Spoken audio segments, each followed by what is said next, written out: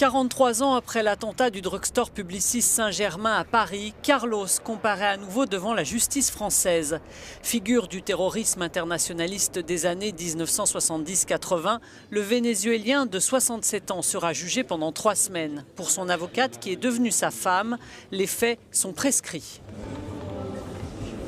On va faire de la paléontologie pour entretenir le musée de l'histoire politique de la justice française. Pourquoi vous dites ça ? Parce que ce procès n'a aucun sens, c'est prescrit, il y a eu 2 non-lieux, c'est terminé.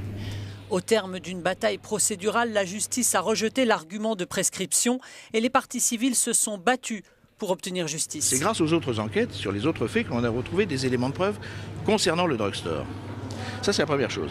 La deuxième chose, c'est qu'un non-lieu, par définition, c'est jamais définitif. Dans la presse en 1979, Carlos avait reconnu avant de démentir avoir jeté la grenade au drugstore Publicis faisant 2 morts et 34 blessés. Carlos risque la perpétuité, mais le détenu a déjà été condamné 2 fois à la peine maximale pour des meurtres et des attentats qui ont fait 14 morts et près de 150 blessés au début des années 80.